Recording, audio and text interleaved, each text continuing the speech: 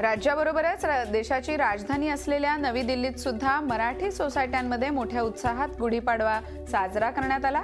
दिल्लीतल्या सह्याद्री सोसायटीला गुढीपाडवा साजरा करतानाचं यंदाचं हे 25वं वर्ष होतं आणि त्यानिमित्तानं खासदार महेश गिरी यांच्या उपस्थितीत कार्यक्रमही झाला।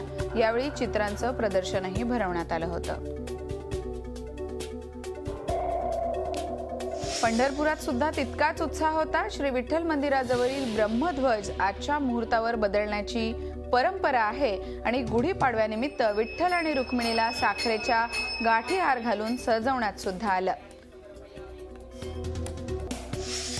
पंढरपुराबरोबरच कोल्हापुरात सुद्धा महालक्ष्मी मंदिरातही गुढीपाडव्याचा उत्साह पाहायला मिळाला। श्री महालक्ष्मी देवीला साखरेची माळ अर्पण करण्यात आली। 3.5 मुहूर्तांपैकी एक मुहूर्त असल्यानं अनेक भक्तांनी देवीचं दर्शन घेतलं। कोल्हापुरातील ऐतिहासिक भवानी मंडपाला साखरेची माळ बांधण्याची 71 वर्षांची परंपरा यावेळी सुद्धा जोपासली गेली। माळकर कुटुंबियांच्या वतीनं दरवर्षी पाडव्याच्या मुहूर्तावर भवानी मंडपाला 25 फूट लांब आणि 50 किलो साखरेपासून बनवलेली साखरेची माळ बांधण्याची परंपरा आहे।